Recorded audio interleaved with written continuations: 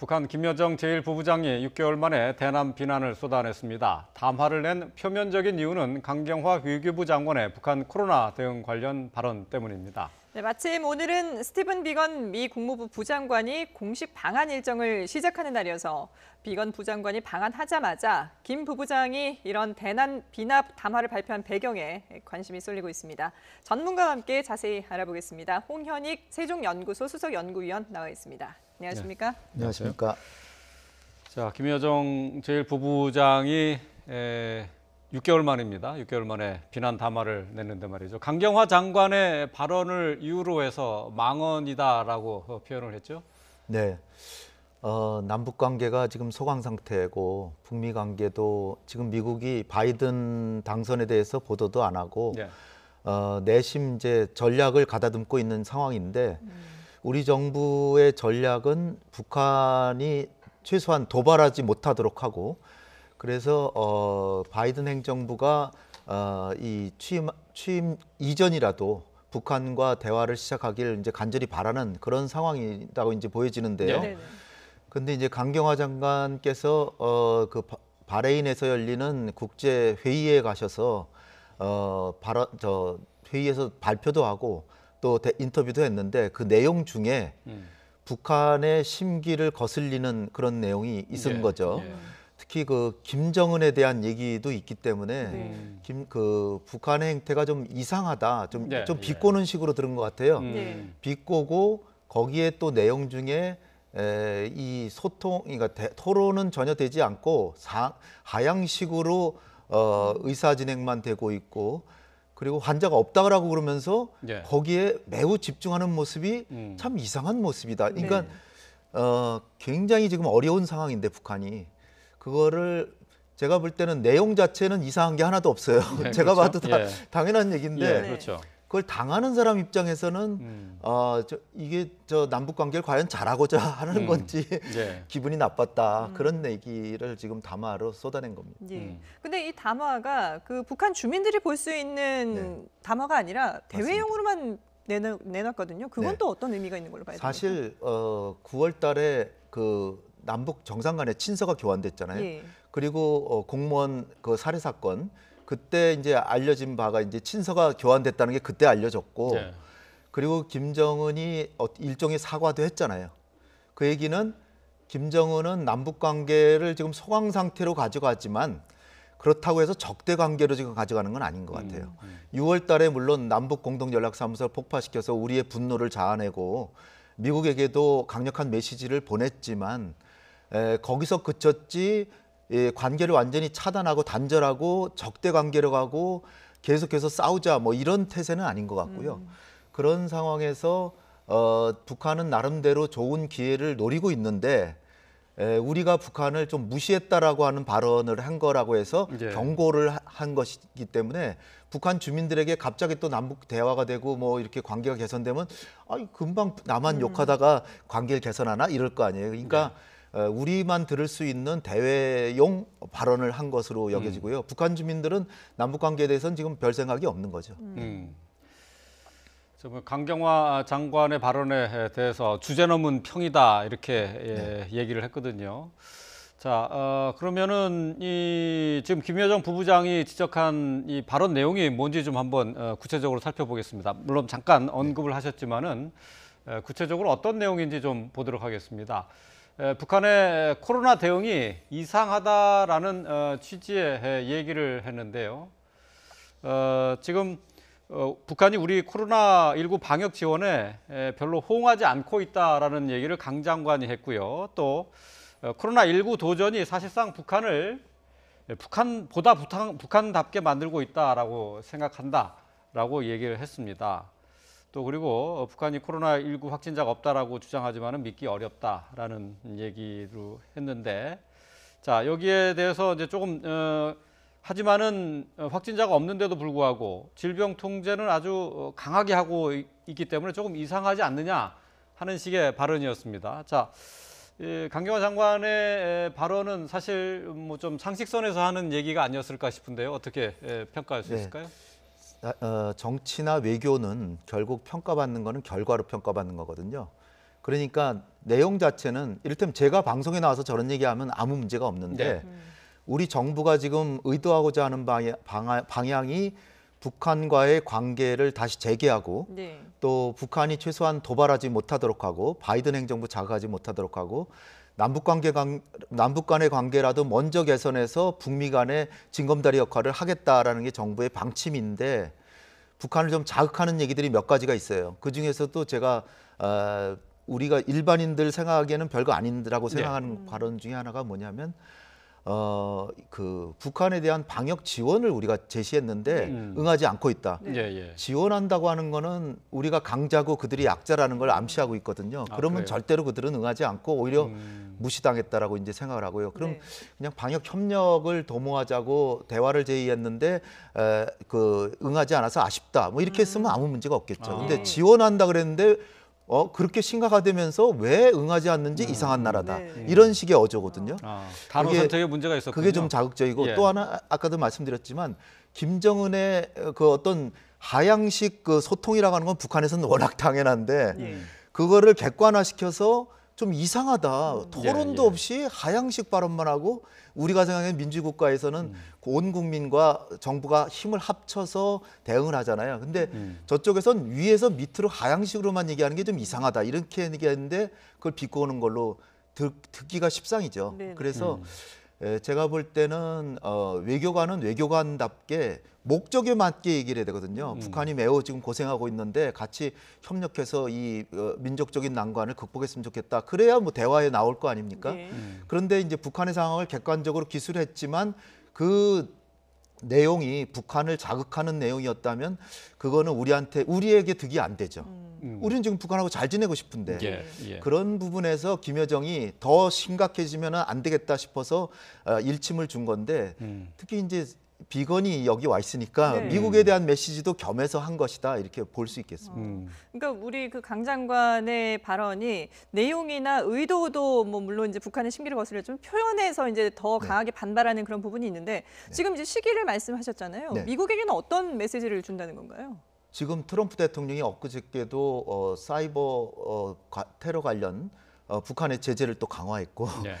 트럼프 대통령 임기가 이제 1월 19일 날 끝나는데 네. 그때까지도 내가 대통령이다 이걸 보여주기 위해서 그러는지 또 북중 간의 그 밀무역 여기에 대해서도 지적을 하고 또 제재도 또 강화하고 그러고 네네. 있어요. 그런 상황에서 트럼프 행정부는 지금까지는 이제 굉장히 우호적으로 북한한테 하는 것처럼 하지만 실제로는 제재는 한 번도 완화해 준 적이 없고 계속 강화시켜 왔거든요. 그런 상황에서 현 미국 행정부, 트럼프 행정부에 대해서도 경고하는 메시지를 주는 거라고 이제 보여지고요. 그다음에 이제 바이든 행정부한테도 바이든이 이제 어느 쪽으로 갈 건지 지금 그 결정을 아직 못 하고 있잖아요. 네. 그런 상황에서 우리의 김정은을 뭐 모욕한다든지 우리랑 잘 지내고 싶으면 좋은 얘기로 시작을 해야 되고 또 이 대북 제재를 완화하는 쪽으로 정책을 구사해야지 그렇지 않고 하면은 우리는 아직 건재하다. 그리고 우리가 지금 조용하게 있지만 자꾸 괴롭히면 당신 임기 초기에 도발할 수도 있다. 이런 메시지를 이게 간접적으로 네. 표명하는 게 아닌가 이렇게 생각이 예. 듭니다. 뭐 앞서서 이제 강 장관의 발언 내용을 소개해드렸습니다만은 사실 뭐 북한에 코로나19 환자가 한 명도 없다라는 게 좀 믿기지는 않습니다. 이제 북한의 상황이 좀 궁금한데 말이죠. 네. 이미 뭐 올 초부터 국경을 통제한 상황이고 지난 2일부터는 방역 수준도 최고 단계로 높였어요. 그렇죠. 그렇다면 뭔가 좀 심각한 상황이 진행되고 있는 것 아닙니까? 북한의 그 세계보건기구 사무소장이 있는데요. 그 사람 얘기에 의하면 매주 1,600명 정도를 검사를 하고 있고 지난달에 5,000명을 종전보다 더 많이 검사를 하고 있고 그래요. 그다음에 32,800명이 지금까지 격리되고 있다는 거예요. 네. 누적 32,000명이니까. 근데 32,800명 중에 확진자는 한 명도 없다는데 예. 저도 이제 추정을 하는 거죠. 제가 확증을 갖고 있지는 않지만 네.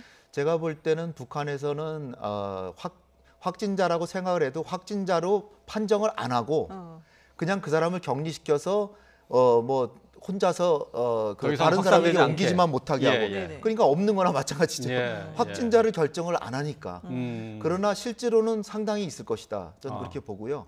그러니까 뭐 평양을 거의 이렇게 차단하다시피 하고 국경은 완전히 차단하고 네. 네. 우리 공무원 살해한 것도 사실은 그전 같으면 안 벌어질 일을 한국에서 누가 오니까 무조건 사살한 거나 마찬가지잖아요. 예. 그러니까 이거는 단지 남한에서 넘어간 사람에 대한 것뿐 아니라 북중 국경에도 사살하라고 다 지시가 지금 내려져 있습니다. 그러니까 북한의 그 방역 수준이 소말리아 수준이라 그래요. 아프리카. 굉장히 의료 방역 체제가 열악한 나라죠. 예.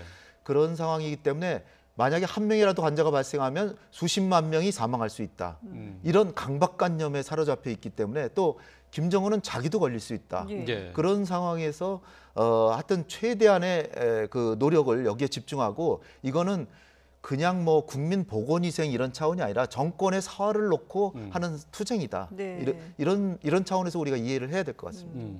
근데 북한 내에서 확진자는 한 명도 없다라고 얘기를 네. 하지만 또 자체적으로 백신을 개발하고 있다라고 얘기를 하거든요. 거기다가 이제 김정은 위원장은 중국의 백신을 맞았다라는 소문까지 돌고 네. 있는데 과연 어느 게 진실일까요? 글쎄요, 우리도 지금 엊그저께 백신을 확보하는 계획을 발표했잖아요. 예. 예. 근데 우리 내부 기업들도 백신을 개발하고 있지만 조금은 좀 느린 것 같아요. 예, 아무래도 뭐 파이저나 모더나나 뭐 아스트라제네카 이런 데가 빠르니까 일단은 국민 건강을 위해서 확보를 했는데 북한도 나름대로 하고는 있지만 뭐 빨리 될 수가 없죠. 근데 네. 북한하고 특수한 관계에 있는 중국에서는 이미 백신을 개발했다라고 하는데 국제사회에서는 인정을 안 하고 있고 근데 중국이 나름대로 거기서 발병을 했지만 나름 잘 통제하고 있기 때문에 그 백신을 맞았을 수도 있지만 과연 김정은이 선뜻 자기가 먼저 맞았을까? 그렇지는 않았을 것 같고요. 예. 다른 사람을 먼저 맞춰보고 이게 별 이상이 없구나 해서 맞았을 수는 있겠는데 제가 그걸 확인해 드릴 수는 없고 그렇죠. 예. 또 북한이 이거 백신을 개발하기 위해서 자기 능력으로 안 되니까 전 세계 그 유명 제약회사들 해킹을 시도했다는데 네네. 저는 그럴 가능성은 매우 크다고 보고요. 그렇지만 해킹으로 그게 쉽게 그걸 얻지는 못했을 거라고 보고 네. 그래서 우리 정부에서는 우리가 이제 먼저 외국에서 먼저 개발하면 우리가 여러 회사에서 확보를 하고 있잖아요. 네. 네. 그래서 우리가 확보가 되면 북한에도 좀 준다는 입장을 정부는 지금 갖고 있습니다. 근데 그 부분에서도 그냥 협력한다 그러지 우리가 지원한다, 도와준다 이런 표현은 남북 관계를 개선하려고 하면 그런 표현은 안 사용하면서 줬으면 좋겠습니다. 예. 북한에는 지원한다라는 단어를 금지시켜야 되겠네요. 그러니까 그러니까 이제 협력한다라는 얘기만 해야 될 텐데 말이죠. 근데 지금 잠시 그 화면을 통해서도 봤습니다만은 북한 주민들도 마스크 쓰고 있는 모습 볼 수 있고 네. 또 그리고 방역하는 모습도 볼 수 있거든요. 네. 북한 당국에서도 주민들을 상대로 해서 이 방역에 대한 경각심이나 경계심을 높이라는 주문은 계속하고 있죠. 그럼요. 이게 뭐 전쟁보다도 더 심한 상황이다라는 식으로 얘기를 하면서 방역도 중요하지만 절대로 해이하고 안이한 마음을 가지면 안 된다라고 예. 연일 강조하고 있고 네. 그다음에 이제 그러면서도 주민들을 사상무장을 시키는 거는 모든 병은 외부에서 온다. 그래서 국경을 차단하는 그러면서 지금 북중 교역이 금년에 4분의 1로 축소했습니다. 4분의 3이 줄어들었어요. 그러니까 얼마나 더 어렵겠어요. 어렵지만 그렇다고 해서 이걸로 북한 정권이 무너지거나 뭐 이런 건 아니고 네. 우리로서도 북한에 만약에 코로나가 창궐하면 우리한테도 넘어올 가능성이 크기 때문에 우리가 도와주는 거는 단순히 도와주는 게 아니라 우리를 위해서 어떤 방역 예방을 하기 위해서도 도와줄 필요가 있다 이렇게 생각하는 게 좋을 것 같습니다. 네. 실제로 이제 이인영 통일부 장관도 그런 얘기를 했잖아요. 네, 이게 네. 북한에 백신을 줄 수가 있는데 그게 결국은 우리 국민의 안전과 연관이 돼 있는 거다 이렇게 얘기를 그럼요. 했어요. 물론 우리 국민부터 먼저 치료하고 예. 또 백신도 먼저 놔야 되겠지만 그 같은 민족 차원에서 우리가 같이 어려움을 같이 한다라고 하는 마음을 나누는 거는 우리 국가 안보에도 도움이 되고 그다음에 결국은 남북 간의 교류 협력이 돼서 지금 남북 간의 1인당 소득이 27배 차이고 GDP는 53배 차이입니다. 네. 근데 만약에 통일이 돼도 어마어마한 통일 비용이 드는데 빨리 교류 협력하고 경제 협력을 호혜적으로 해서 북한 주민들이 지금 일자리가 없어서 소득이 저렇게 낮은 거거든요. 빨리 우리 기업들도 낮은 임금에 또 뛰어난 노동력을 활용해서 우리 기업도 이윤을 남기고 북한 주민 소득도 높여서 북한이 좀 경제가 나아지면서 통일로 가야지 그냥 통일만 하다간 엄청난 통일 비용이 발생하기 때문에 일단은 북한 주민들 보건 방역도 해주고 그다음에 경제를 낫게 해주는 게 결국은 우리 민족의 미래를 위한 길이라는 식으로 우리가 생각을 해 나가야 되지 않을까 좀 봅니다. 예.